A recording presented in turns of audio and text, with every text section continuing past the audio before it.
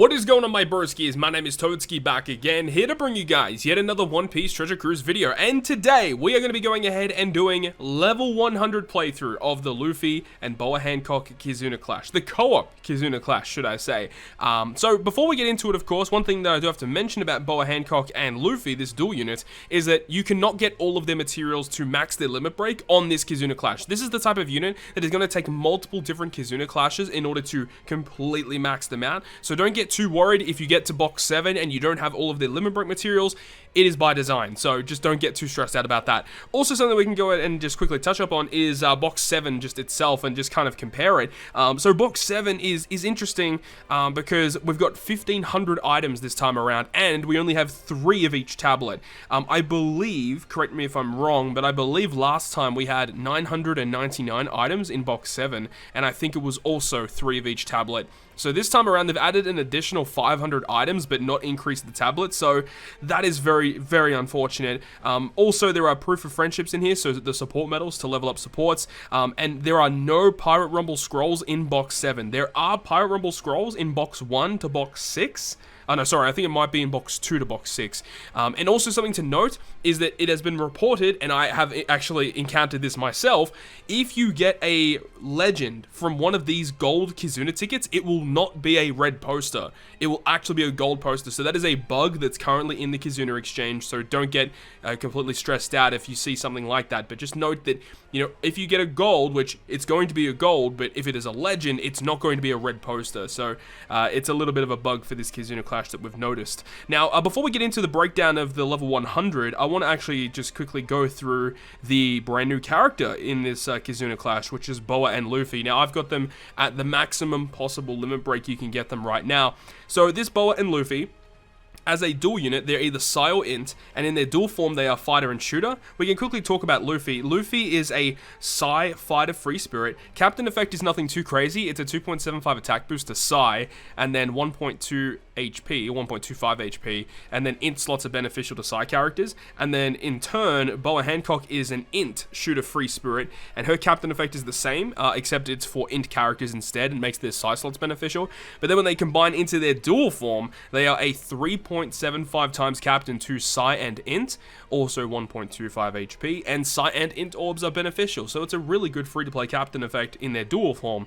Now, this special ability is insanely good, so it goes and deals 300 times their attack in type damage, so it means that whatever character's out is the type of damage is going to be dealt to all enemies, AoE, and then changes Psi and Int character slots, including block, into matching, so all orbs are changed into matching, locks them for 1 turn, and then boosts the type effects of your normal attacks, so it's a color affinity boost, to Psi and Int characters, 2.25 times boost for 1 turn. A color affinity boost of 2.25 for 1 turn, and then they fuse into the dual unit also for 3 turns, so that is also great. This unit is amazing, so ensure that you are playing the Kizuna Clash, get their limit break materials, and I don't know how long it's going to take to max them out, but once they are completely maxed out, this unit is going to be a beast. And then also, quickly, they have a switch effect where every time you switch between Luffy and Boa, they give themselves a matching slot, and then they heal 3% of your crew's maximum HP. That's not too bad, you know, it's no debuff removal or anything crazy like that, but it's still not a terrible effect overall. So the more HP you have, the more you're going to heal, of course. So that's the breakdown of the Luffy and Boa dual unit. They do have Rumble stats as well, but they don't seem to be too good in Pirate Rumble, in my opinion anyway. But that's the breakdown of the unit. I think they're very good. It's just going to take quite a long time to get them completely maxed out. But without further ado, let's go ahead and get into the breakdown of the Luffy and Boa Kizuna Clash. So getting into the swing of things, first of all, we've got the team versus the Quick Boss, and this is at level 100. This is the 100th level of the Kizuna Clash, and we're using Eustace Kid, the Sugo Fest exclusive character, as the captain. Now, against this variation, you want to be building a team predominantly of Fighter, Striker, and Cerebral characters, as those are the characters that receive the, I think it's around 15 turns of cooldown. Stage 2, you've got both Luffy and Boa, both having a perfect barrier, and they also inflict burn to your team. So if you are using a team that tries to be at full HP, or needs to have a lot of HP, you do have to be quite careful here, like maybe hitting a perfect to break the barrier, but then hitting like goods and greats to deal damage towards Luffy and Boa here. And on the final boss stage, you have a lot of different debuffs to deal with. First of all, they have full immunity buff, so you cannot apply any conditional boost. They have normal attacks only, so you're kind of restricted there. They cut your health by 20%. They also will go ahead and give you 3 turns of paralysis, and 3 turns of threshold damage reduction is applied to the enemy as well. So you need lots of different characters to get around the debuffs here, and if you cut their HP, they're going to heal back to full. And then the thing to note as well is that past level 70, as you see here, we see that we get 6 turns of despair inflicted to us as well, and it'll be 4 turns of paralysis total. And then after level 140, if you get to that, it will go ahead and give you an additional turn of paralysis, so it becomes a 5-turn paralysis is going to be inflicted here.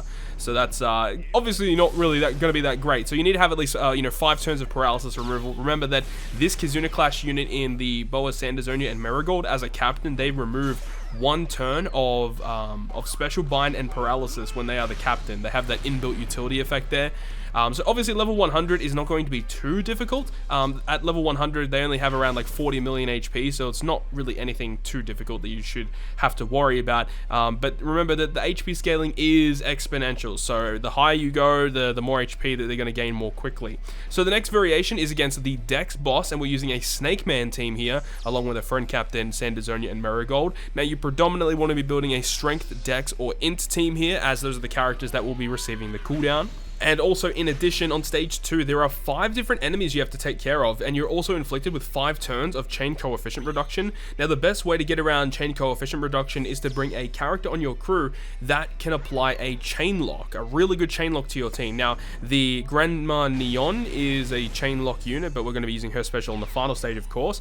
Another thing as well is that you get a full board of badly matching slots. Now, you see that in this team composition here, what we're doing is we use the super type Snake Man to give us damage on this stage, as well as applying our sub special of Sanderzonia Marigold, so that in the following stage we get an attack boost, because there is an interrupt on this stage, and if you activate any attack boosting buff, they're going to clear your buffs and give you 10 turns of slot bind, which is not good. Again, they also have full immunity buff, and a normal attacks only is inflicted to your team. You see they got 3 turns of defense up, or the blue shield buff, and they also have 3 turns of resilience as well. It's just extremely annoying.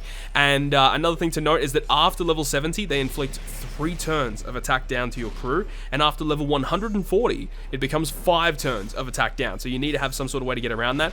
For my position here, I'm using the Kung Fu Chopper with the support of Cat Viper, the Sugo Fest exclusive Cat Viper, so that will be removing 5 turns of the attack down just with that character alone. And also, by having Chopper on the team, it will suffice the condition of the super type special of Luffy, so we can actually use his super type special throughout that fight there. Also, Kung Fu Chopper is boosted in the event. He has additional stats, so it makes perfect sense. Now, the final variation is against the Psy Boss. Now, typically on this fight, I think the best way to get around in terms of applying the most damage is by using the super type Katakuri and super type Blackbeard as the dual captains is going to be the best way to go about it here. But anyways, this is what I'm using right now for more tickets, and Strength, Dex, and Int characters also receive cooldown on this fight. Stage 2, you've got Jinbei and some dinosaurs. You'll get your health cut by 30%, and he also gives you block orbs, and he locks them for 1 turn. So in my situation here, I'm using the special ability of Sabo and Koala to get some matching slots here to carry them into the following room as well. And on the final boss stage, once again, full immunity buff, normal attacks only, and then there's going to be bind inflicted to your team. So you want to make sure that your bind remover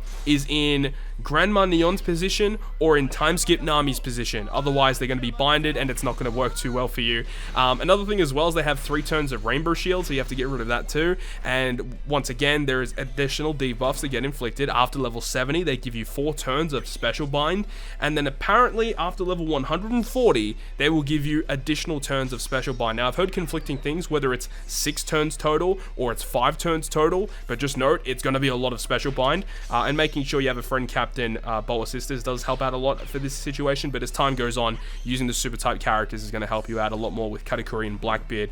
But that is going to wrap it up for this video today, and you know, as time goes on and I get to higher levels, if I do change up my teams, I'll likely make an additional video for you guys to kind of break down. But hopefully you guys enjoyed this video today. Good luck on the co-op Kizuna Clash, wishing you guys the best of luck. Hopefully everything goes well. Good luck with the farming, get those materials, but hopefully you guys enjoyed the video today. And if you guys did, make sure to go ahead and hit the like button, and if you want to stay up to date with all the content I post, including more One Piece Treasure Cruise content, make sure to hit the subscribe button down below. But on that, guys, I'll see you guys within the next video.